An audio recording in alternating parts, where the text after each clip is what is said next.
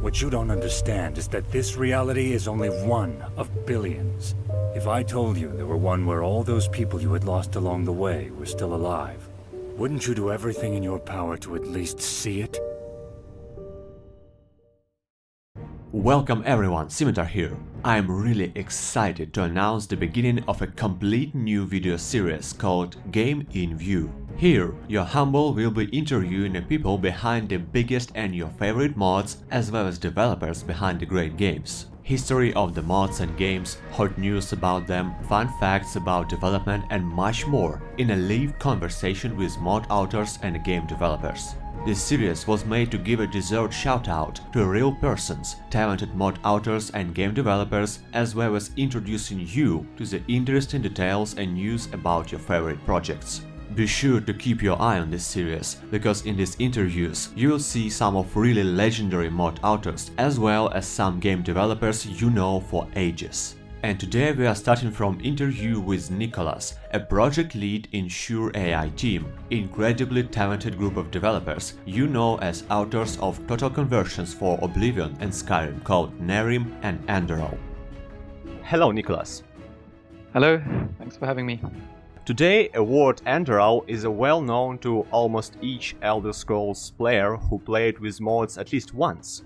And if you haven't played Enderal yourself, you definitely heard about it. It is a synonym of a huge project, stunning level design, deep story and amazing quality in overall. If I'm not mistaken, the only English version of Enderal has something like 200s of thousands of downloads, right? But how this all began, and when and how you and initial team members came to the idea you want to create something big. Can you tell a bit of that a long time ago in a galaxy far, far away story? Okay, well, I guess it was different for each team member. Personally, I joined SureAI back in 2011 when I just started out in university studying game design. And I had played Nehrim a couple of months before joining university, and there I met one of the creators of Nehrim, and I was, I guess you could say, starstruck. So then after I presented my portfolio, which contained some writing, he basically asked me to join Enderal, or asked me whether I was interested, and from there on it just kind of grew organically, just evolved into the project lead position after a while. Yeah, and I guess, you know, everybody had his or her own motivations to start or to join Enderal. Some of them were like university students. Most of them back then were, you know, not game developers, rather than just players who wanted to, you know, create something unique or their own spin on the game, you could say. Yeah. So if I understood you correctly, the initial like a plan for Enderal was made before the Skyrim release itself, and so before future authors of the project actually knew about possibilities of creation engine, right? Yeah, that's correct. 5 to 6 months before Skyrim released. Yeah, that's just sick. Sounds really sick for me as a player who knows nothing about creating the mods.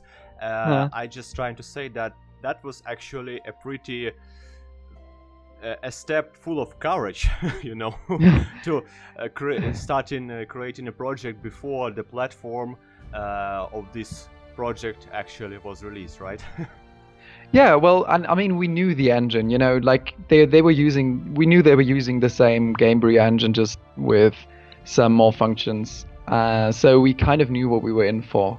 Otherwise, I guess it would have completely failed. Also, it's probably worth mentioning that initially Enderal wasn't planned to be like a full-fledged total conversion, rather than just like a small story mod with, like, I don't know, 5 to 10 hours of playtime, because, you know, after Nehrim we were all pretty drained. That is, I wasn't, but, you know, the project lead, the other guys on the team, they were pretty drained and exhausted, but they wanted to do something else, so they had this idea about this small expansion. Yeah, so yeah, you see how it turned out. Yeah, look into which this small expansion grew out. Yeah. Because as for myself personally, it is even hard for me to call Enderal like a mod or total conversion. For me, like a simple guy, it is just an independent game just in Skyrim engine. Thank you. As for I know it now, SureAI team, now according to the website, consists of something like 15 constant developers. And it's not counting countless voice actors and other people who were involved in the project. But even 15 people is already a mix of different design views, you know, scripting styles, storyline approaches and more. What actually binds you together? Do you have some problems, and how do you solve them? That's an interesting question, actually. Of course, you know, in non-commercial game development, modding, it's always a challenge to align each team member's vision with the rest of the team, because, you know, people are not in it for the money. There's no producer, no manager to tell you what or what not to do. So the way we try to avoid that, or to alleviate that, is by creating high concepts and, you know, professional game design docs, which everybody agreed on. So we all knew the goal we were working towards. And then we also, you know, had regular team calls and tried to communicate as much as possible to always, you know, align our visions and discuss new features, and basically to make sure everybody is on the same page. Obviously, there were still arguments every now and then, and it wasn't always easy, but in the end, we always, you know, found a proper solution. Well, it is actually pretty visible in a project because it ended to be really well done, and thank you. The design, the storyline, everything is looking like in one piece, yeah, how it's going. Yeah, it looks coherent. I mean, I guess it turned out pretty well. Like, considering the circumstances, that's what I'm saying. Because, you know, there were times when we were actually close to giving up because it was just so pointless. No, it wasn't pointless. It was just, that sounded very, very dark. It just got very hard at times, you know, because we weren't sure if we'd find all the voice actors, and people jumped ship. Lots of team members just disappeared. I guess every mod author who's worked in a collaborative project can tell you that, you know, people sometimes, something comes up in their lives, I don't know, work, family, whatever. They have their reasons, but then they just, you know, drop out and disappear. And that really makes it hard sometimes to, you know, stick to the schedules or to finish a project. I digress. Speaking about Enderal itself, it is surely your biggest project. Can you tell how long actually it took the team to make it? How the overall idea of its setting appeared? What maybe inspired its story? And where were the most memorable moments during its creation? And both beloved moments and notorious moments, glitches and bugs are heartily welcome. Well, okay, let's see. It took us about, I'd say, 30,000 hours. That's like this ballpark figure we have on our website. I guess it's probably a bit more. I personally spent 11,000 hours in the creation kit, which is a lot. That's sorry to interrupt you, but that's just that's just monstrous numbers, you know. Like it is like a part of your whole life. It's true. Yeah, I mean, it took us 5 years to complete. And as in regards to inspirations and ideas, it's hard to pinpoint, really. Like, I can just speak for myself, obviously. You know, speaking for the team, I think we are all heavily inspired by, obviously, the Elder Scrolls games. Though I'm not personally not that big of an Elder Scrolls fan myself, excluding Morrowind. I love Morrowind. We also loved, you know, the Gothic series. It's a German series. I'm not sure. It's an old school RPG. All kinds of old school games, basically. I think that's I think I can speak for the team when I say that we took inspiration from these games. Personally, story-wise, I'm a big fan of the Mass Effect series. It's very bad to say this because people have pointed out some similarities between the storylines. I wasn't particularly inspired by the Mass Effect storyline, rather than the approach at writing the characters and everything. I also loved the Telltale games, some indie games you probably haven't heard about, like Shadowrun Returns and all these. They are terrific writing.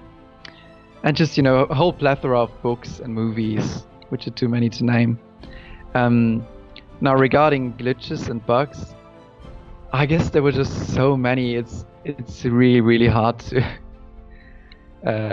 find one. I guess a very funny one. We also put a video of that up on Facebook. Maybe I can send you the link and you can add it to the video later. Oh, that would be nice. Yeah, we had this bug when, for some reason, don't ask me why, the pigs in our game, the pig model, they just lost all their gravity, I guess you could say. So, and whenever you ran into a pig, or whenever you, for some reason, shot a pig or killed a pig, then it just started flying all over the game world for some reason. It's really random. It made absolutely no sense, and I have no idea how we fixed this, but it was pretty funny, of course. We also had a lot of bugs that really wrecked our nerves, which were crash to desktops, because in normal game development you have the coders who usually have a pretty good idea or overview about the engine we're using, and of course as a modder you don't have access to the creation engine. Not counting the Skyrim script extender team, but we had lots of bugs which we had to trace, or we had to track down, and I think one of them took us almost a week, where for some reason, don't ask me why, there was a single shrub in one area of the game, and that shrub somehow sunk below the earth and caused a crash in the entire game. And we basically had to delete the whole forest area, or every part of Enderal, piece by piece, to find the part that caused the crash, and then to pinpoint this tiny little shrub that somehow corrupted the entire game. You get the idea. Yeah, we had lots of this bug. If you had a programmer, it would have been rather easy, probably easier to track down the cause of the crash. But for us, we just had to burn the midnight oil. It just took us lots of time. It is the terrible nightmares behind the mod development. Oh yeah. Here. After total many thousands, right? 30,000 done. That's really insane. After so many thousands of hours spent on Enderal, you should know all about the underwater rocks of development, of developing a mod for Skyrim. And what do you personally and what do the SureAI team like in Skyrim creation engine and don't like in Skyrim engine, from the technical aspect? So I'd say the landscaping and the landscaping tools are terrific. It's very accessible, it's very smooth, and it just functions really well. I mean, that's what the Elder Scrolls games are known for, the levels, the dungeons, the landscapes. So level designing was very straightforward and fun, I'd say. Not always, of course, but in general. On the other hand, the dialogue trees and I don't even want to call it cinematic systems, but like the cutscene tools and everything, which are mostly non-existent. Yeah. Everything that we needed to stage the story and to make it as cinematic as possible, it was a nightmare. It was better than in the Oblivion engine. That was a lot harder, even harder back then. But yeah, the story tools for Skyrim, they aren't that accessible. and very prone to crashes and bugs and errors and everything. Yeah, I think these are like the biggest 2 points. Like the landscape tools, terrific. Story tools, not so much. Need improvement. Speaking about Enderal once again, there is a news, and I read some info that I'm sure will be extremely exciting to our viewers and listeners. On your website, there is a mention of so-called forgotten stories, and recently Enderal appeared in Steam as well, but as for now only being able to add it to wishlist. So what's inside these mysterious forgotten stories? Is it a DLC or a remaster of Enderal itself, and when it should be available? Can you maybe lift the veil of mystery just a bit? Well, Forgotten Stories, as you said already, is DLC, but I guess you could also call it like an enhanced version or Enderal Definite Edition, whatever floats your boat. Very special edition, right? Yeah, I mean it's a very special edition. It's basically a DLC that aims to add all the content that didn't make it into the main game due to time reasons. So we are getting, I'd say probably like 20 to 30 hours of story content, which includes almost exclusively side quests and 2 major quest lines, guild quest lines, where you can join 2 different factions and follow their story. They're also very non-linear, which is something the main game lacked, so we have lots of different outcomes for these storylines. But we also added new features, lots of new features, new classes. We enhanced the performance, or we improved the performance and stability, fixed loads of bugs. So I guess you could say it's like a definite edition, lots of new content, revised gameplay mechanics in some aspects, and I could go on forever. It's a huge feature list. And as for Steam, we talked to Bethesda, and as it turns out, there was actually the possibility to release Enderal on Steam as an independent game, so it won't mess with your Skyrim installation anymore. It's super easy to install and download, so it's very exciting for us, and I hope for the players too. Well, I somehow missed an opportunity, a window of opportunity to make the streams and the walkthrough of Enderal when it actually was released back in that days, because my PC was 2016. Yeah, because my PC was totally bad, but now I think I will not miss this opportunity second time. Well, I'm looking forward to watching the stream. Thanks. The initial release of Enderal, of course, obviously knowing the most of developers, was in German, and a bit later, as we remember, English version was also released.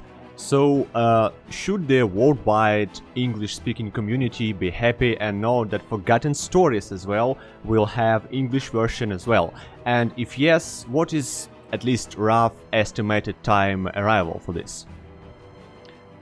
We definitely have an English version of Forgotten Stories. Will also release in English with full voice acting, and it's good news. It will release at the same time. Like, we're currently working on the English version, and we are kind of wrapping up the last bits of recordings. It's mostly polishing and bug fixing at this point, and cutting and editing sound files, audio, and so English and German versions will be released 2018. That's all I'm saying. Whoa, so both at the same time. That's yes. Cool. Yeah. It is well known that modding and even gaming industry often gathers people that on the first sight are not related with game development at all.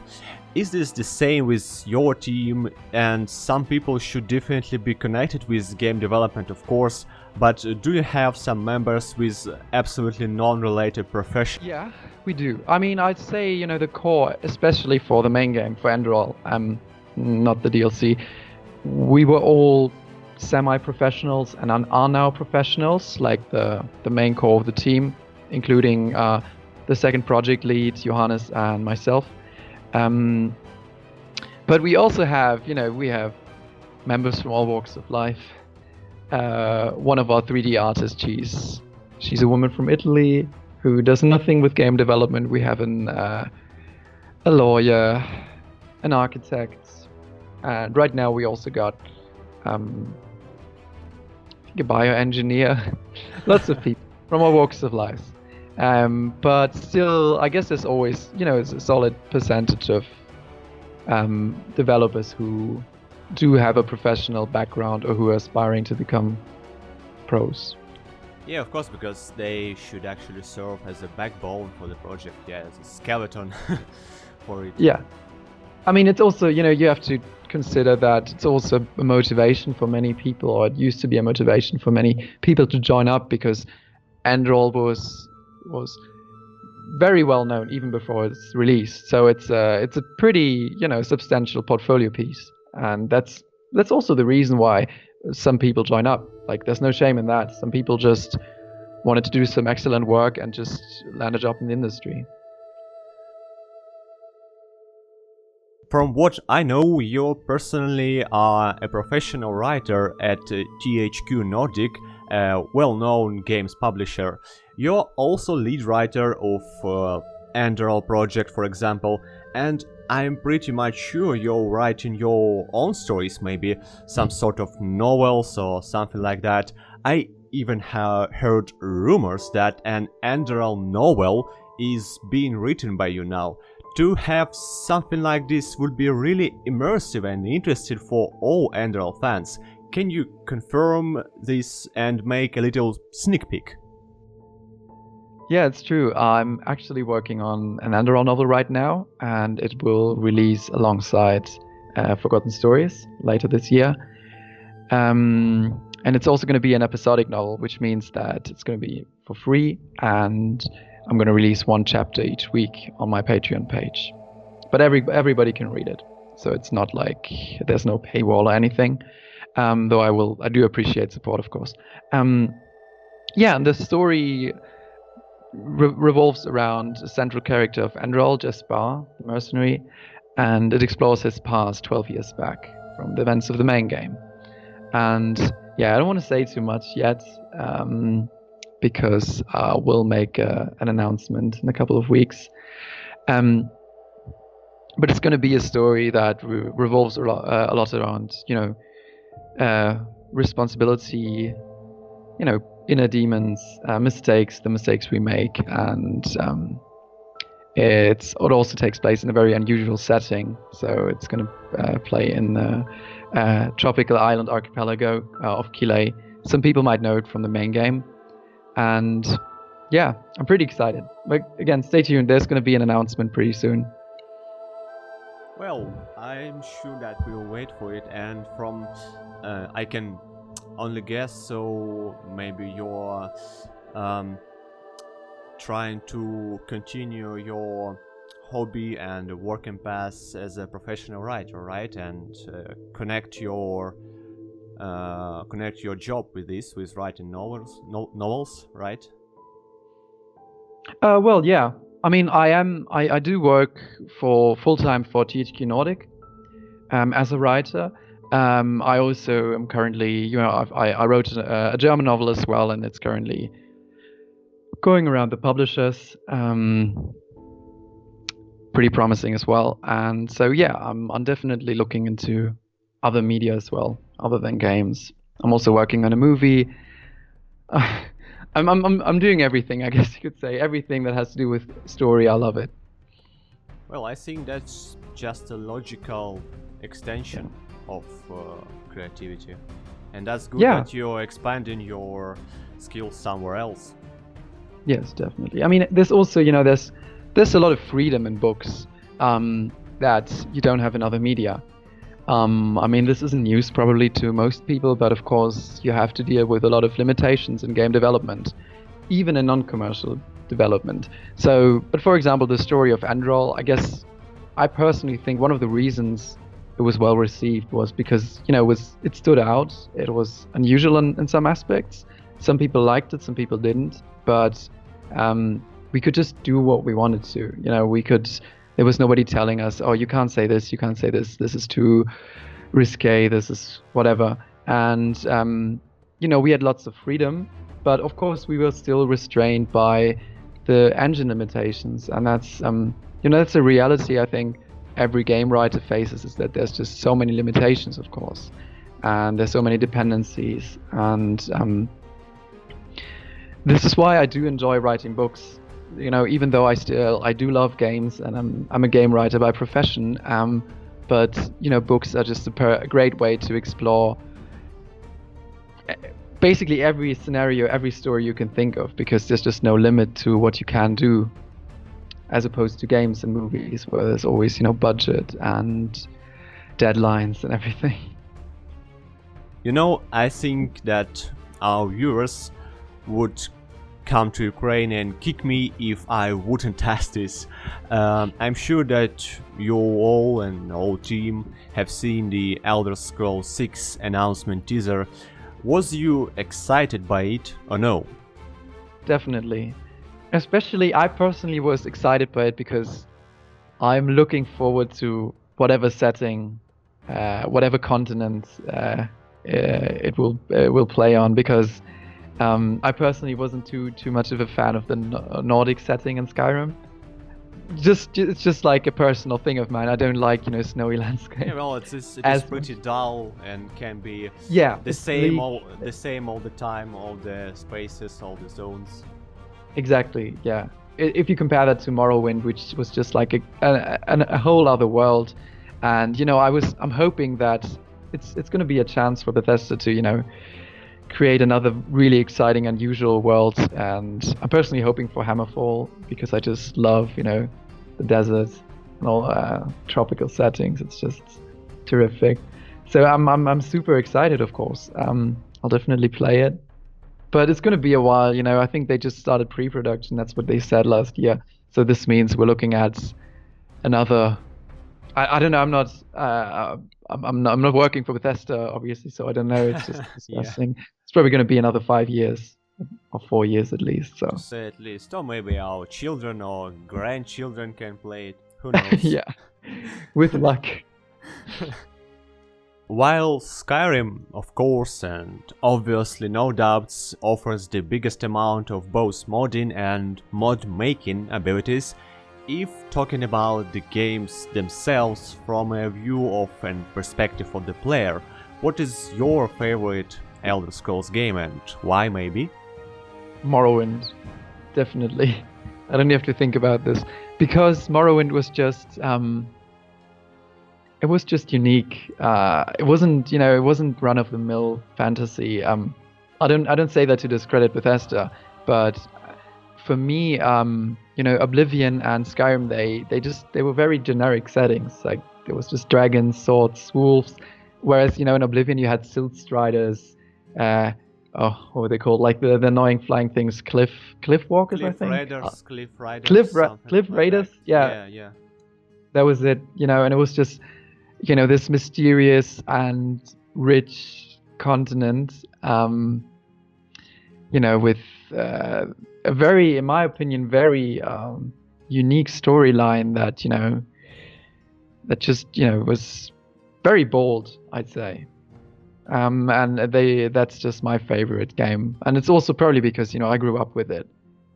When did Morrowind come out? Remind me. I don't remember, to be honest. 2002, yeah. Yeah. So that was so special. I still remember, my I didn't have internet at the time, and my father had to download all the mods for me. And he always brought discs with him when he came home from work at night, and these discs had mods, horses. I think it was a horse mod or something, and I was so excited. It's probably a big amount of nostalgia as well, of course, but Morrowind is definitely my favorite title. Yeah, that's for sure, because I also remember that times you said earlier that I most likely don't know Gothic, but Gothic is actually one of my favorite games, if not the most favorite, because it was really popular here in Slavic countries, It is Oh, was really it? Okay. it is really not well known in United States and Canada and so on, but in Europe and Russia, Ukraine.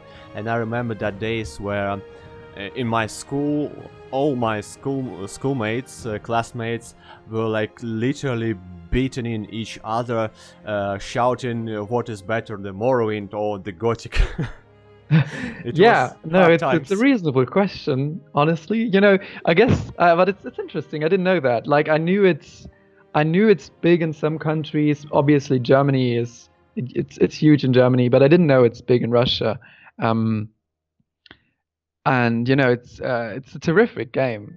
But they're very different, obviously. You know, Morrowind is very, I'd say, I don't know, mysterious and rich. I don't want to say the Gothic games aren't rich, but you know, Gothic is just this very, you know, gruff kind of humor, and it's a great game though. I totally agree. I loved the first and the second Gothic. They were like my childhood essentially. While the Elder Scrolls 6 release is somewhere really far on the horizon, and of course you can't give any promises or something like that in such a long terms, is your team interested at all in creating new total conversions or mods at all for future TS6 or maybe for Starfield, for example, if Starfield will support modding? That's hard to say.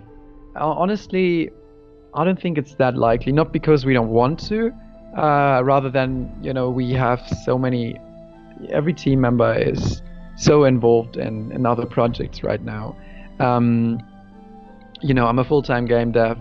I'm a full-time writer as well. I have plenty of projects I work on, and I know that Johannes, the second project lead, or Julian, one of the level designers, they're also, you know, full-time game developers, and it's just because it just takes so much time to create a total conversion. I don't think that there's going to be a new project anytime soon. Not because we don't want to, but just because it just takes too much time.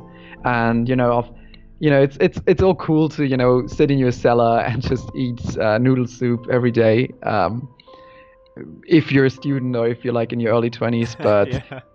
we just have like obligations, you know, we have rent to pay, and modding just sadly doesn't pay. And that's actually why I'm very sad that paid modding, or the idea, even if it was poorly executed by Bethesda, I'm sad that it was received so badly, because it would have been a very exciting prospect to every modder. I know some, like I can't name them, but they were equally like, they had the same sentiment. They were like, okay, so I'm not gonna name him, but he released like a very popular mod on Skyrim, I think one of the most downloaded ones, and he I think he was part of the he offered an updated version for like $1, and people were like sending him freaking death threats because he was trying to you know, he was trying to sell his mod, which he had spent like hundreds of hours on, for $1, which is, you know, which is not even the price of a beer.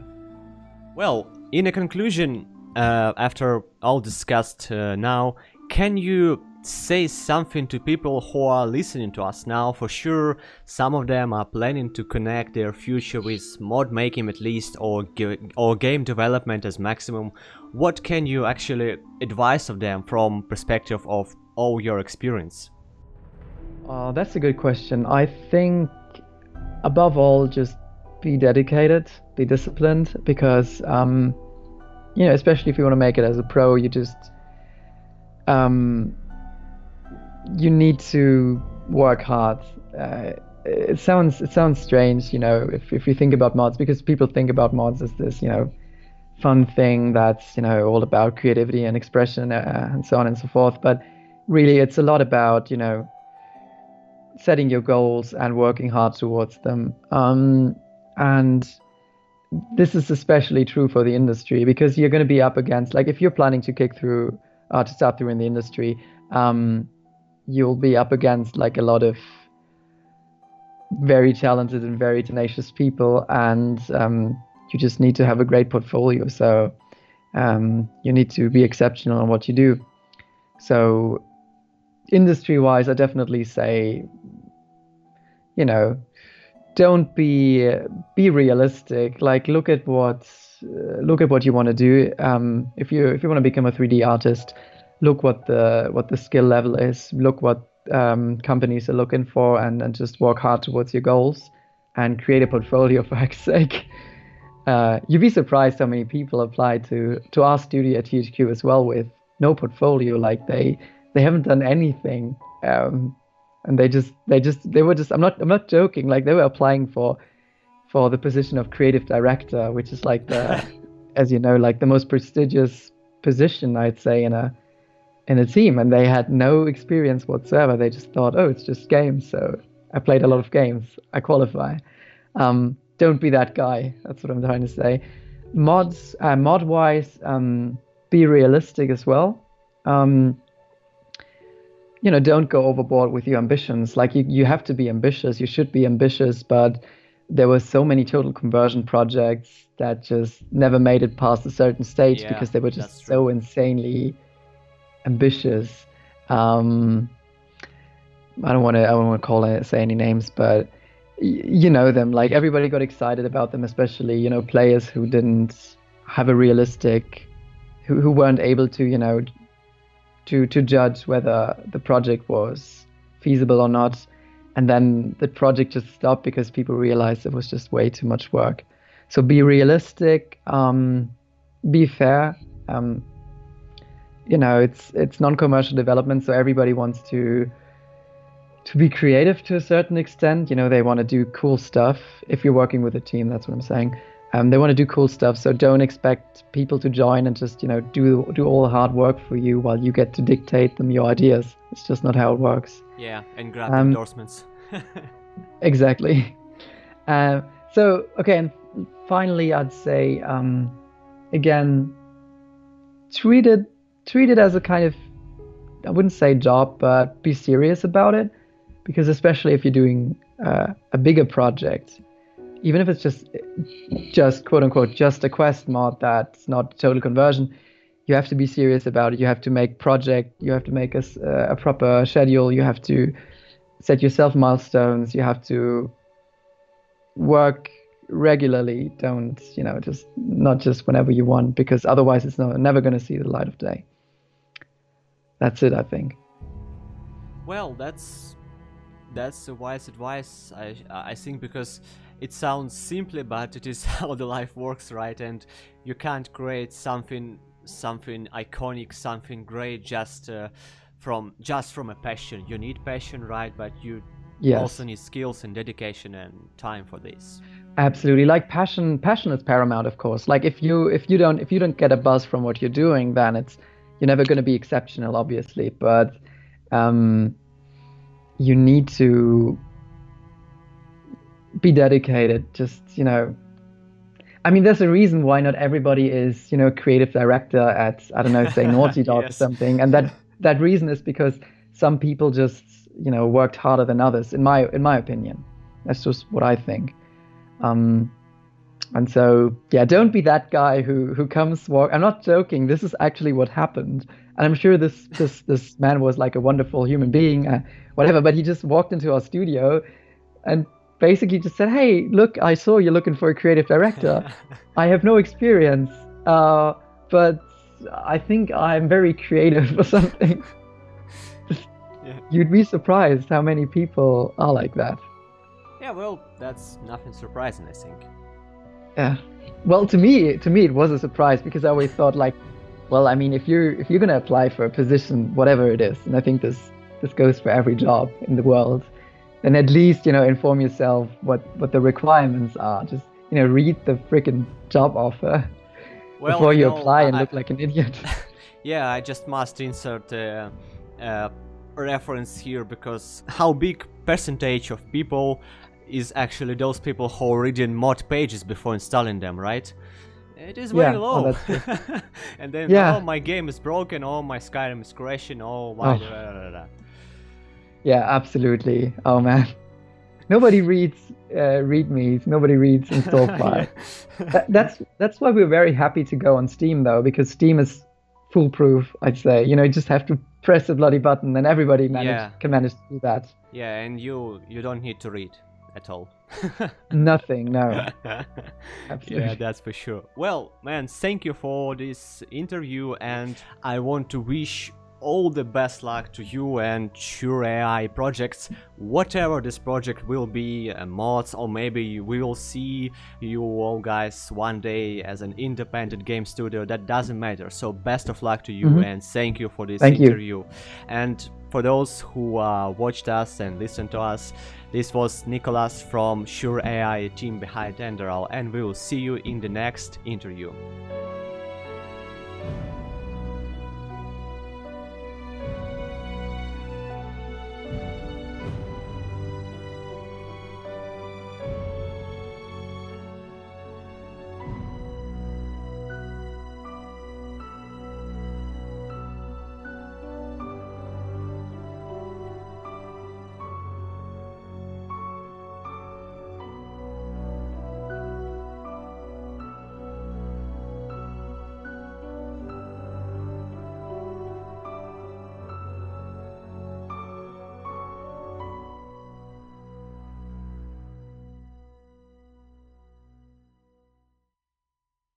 What you don't understand is that this reality is only one of billions. If I told you there were one where all those people you had lost along the way were still alive, wouldn't you do everything in your power to at least see it? We humans are strange beings, don't you think? We are so attached to this piece of meat we call our bodies, even though what makes us human in the first place is something completely immaterial. The Relator abducted me and over a dozen other orphans when we were just children. I was the only one who survived, but I cannot remember any of what they did to us. It's all just fragments, as if they took my entire childhood and ripped it from my memory.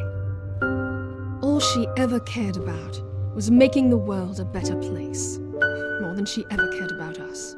Then this veiled woman came along, acting as if she had all the answers. And of course, Tara went right along with her.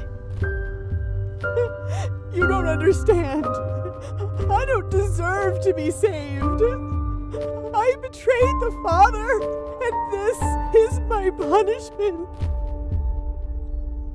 Dija Monelis, daughter of Joran, emissary of the Blue Islands Coalition, and newcomer to this wonderful city. We've found traces of poison in some of the corpses. That snake isn't above anything, is she? The Blue Islands Coalition will learn of this accusation. Be sure of that. This is about more than the Scarabaeus. Weaving an intrigue like this, these pathless bastards spit on everything the civilized world and the Lightborn stand for. This is it, Tara? This is what you gave us up for? Fair. Nothing in this world is fair. Maybe it's time for you to finally stop deluding yourself. You? But why?